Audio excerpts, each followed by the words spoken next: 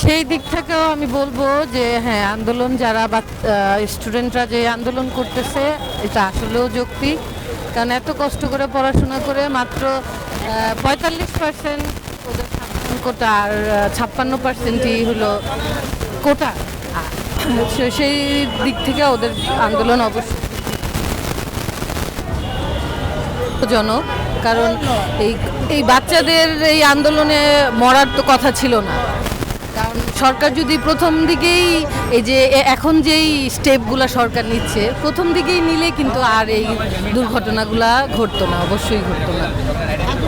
আমাদের তো কষ্ট লাগে যে এত এত বাচ্চাগুলো মারা গেছে, এবং যেগুলো মারা গেছে আসলেও আমাদের দেশের সম্পদ, ব্রিলিয়ান্ট স্টুডেন্টগুলো মারা গেছে, সেজন্য আসলেও কষ্ট করি। ওদের দাবি হয়তো ভালো করে আমরা যা দেখতেছি এখন, আপনারা প্রেসের উপরে তো আমাদের আস্থা কম, আপনারা তো দেখাচ্ছেন না যা আসলেও যা ঘটতেছে তা তো আমরা দেখতেছি না, সব আমাদের আইওয়াশ করা হচ্ছে। তো সেটা কি বাচ্চারা বুঝে না যে ওদের আইওয়াশ হচ্ছে, অ্যাকচুয়ালি তো কিছুই হচ্ছে না।